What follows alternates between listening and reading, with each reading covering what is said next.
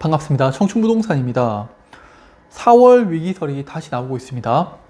최근 건설사들이 붕괴되고 있고 또 산불로 인해서 참 혼란스러운 시국에 국외적으로 더 큰 문제가 발생하고 있습니다. 부동산 버블을 넘어서 4월부터 관세가 시작되면 대한민국은 또 한 번의 경제적 위기를 경험하게 될 겁니다. 미리미리 준비하시길 바라겠고, 늘 말씀드리지만은 대한민국의 경제 위기에 대응 방안은 달러 매수가 될 겁니다. 그럼 오늘 내용 시작하겠습니다. 먼저 2024년부터 우리나라의 원화 가치를 볼게요.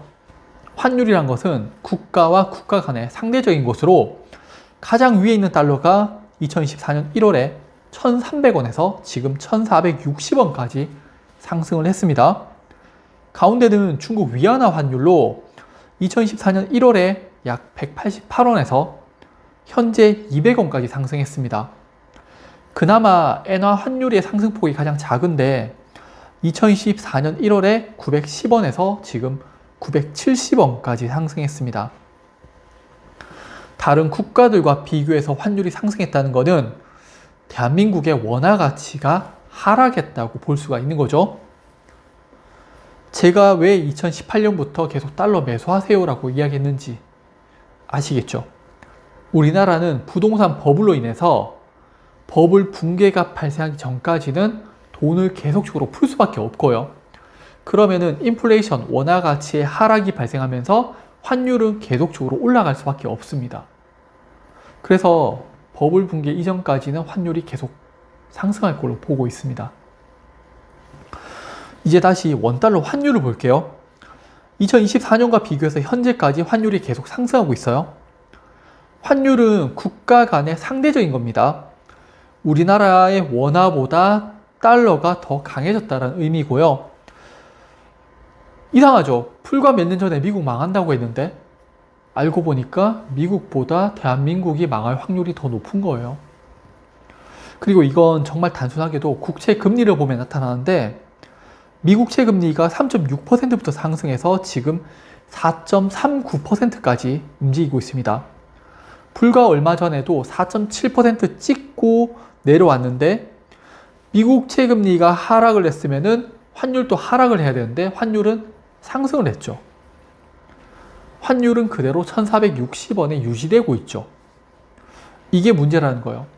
미국의 금리 인하 속도보다 대한민국의 원화 환율 상승 속도가 더 빠르다는 거고, 다시 몇 년 지나서 미국에서 다시 금리 인상으로 돌아서게 되면은 대한민국의 환율은 정말 급격한 상승을 맞이할 수가 있는 겁니다.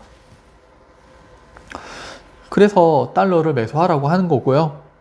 자, 그런데 우리나라 금리는 3.1%에서 지금 2.84%로 하락을 했었죠. 미국 채금리는 상승하는데 대한민국의 금리는 하락을 한다. 환율이 상승할 수밖에 없는 상황인 겁니다.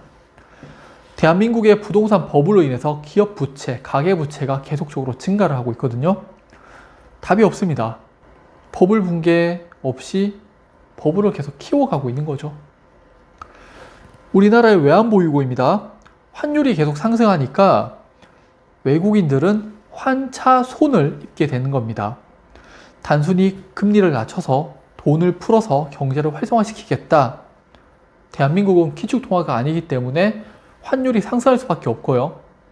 외국인들은 가만히 앉아서 환율로 인해서 손실을 보니까 돈을 외화로 바꿔서 유출을 되고 있는 그런 상황인 겁니다. 올해 2월 외환보유고는 계속 감소하고 있어요. 그런데 우리나라의 무역 수지를 보면은 2월 달에 무역 흑자를 기록한 것을 볼 수가 있습니다. 앞서 외환보유고는 감소를 했죠. 이게 심각한 거예요. 우리나라가 벌어들이는 이 달러보다 그 외적인 걸로 인해서 유출되고 있는 달러가 더 많다는 거죠. 외국인 증권 투자 자금을 보면은 23년 대비해서 24년에 채권은 증가를 했습니다. 채권은 금리가 하락을 하면은 수익을 보는 그런 상품인 거죠. 그리고 올해도 외국인들의 채권 투자는 증가를 했는데 주식 투자는 작년 9월 이후부터 매달 매도하고 있죠. 그러니까 대한민국의 경제 상황을 나쁘게 보고 있는 겁니다. 그리고 제가 왜 4월 위기설을 이야기 드렸냐면요. 미국의 무역 수지는 2월 달에 사상 최대 무역 적자를 기록합니다. 예상컨대 3월 달에도 무역 수지는 심각한 상황을 맞이할 거예요. 그 이유가 4월 달부터 관세를 부과하게 되죠. 그러다 보니까 미국 내에 있는 기업들이 관세 부과를 하기에 앞서 2월 달과 3월 달에 미리 수입을 많이 하는 거죠. 그래서 무역 적자가 커졌는 거고, 다르게 생각해 보면요. 미국에 수출을 하는 중국이나 우리나라 같은 기업들은 4월 달 관세 물량을 대비해서 벌써 2월 달과 3월 달에 더 많은 물량을 수출을 했는 겁니다. 그러면은 4월 달 관세가 부과되게 되면은 기저 효과로 인해서 무역 수출이 줄어들 수밖에 없겠죠. 그래서 수출이 둔화가 될 겁니다. 그럼 관세로 인한 직격탄을 맞이할 수밖에 없는 거죠. 다시 우리나라의 무역 수지를 보면은 1월 달에는 무역 적자를 기록했고 2월에는 무역 흑자를 기록합니다.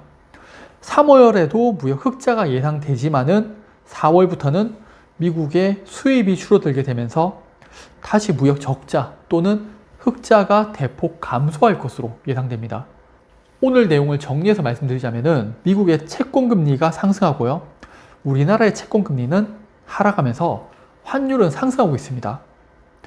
무역 흑자는 기록하고 있지만은 외환 보유고는 감소를 하고 있고요. 4월부터 미국 관세가 시행되면은 수출은 더욱 힘들어질 전망입니다. 대한민국의 경제 문제, 환율 문제는 다시 심각해질 거고 거기에 대응을 좀 잘 하시길 바라겠습니다. 그럼 오늘 영상도 봐주셔서 감사합니다.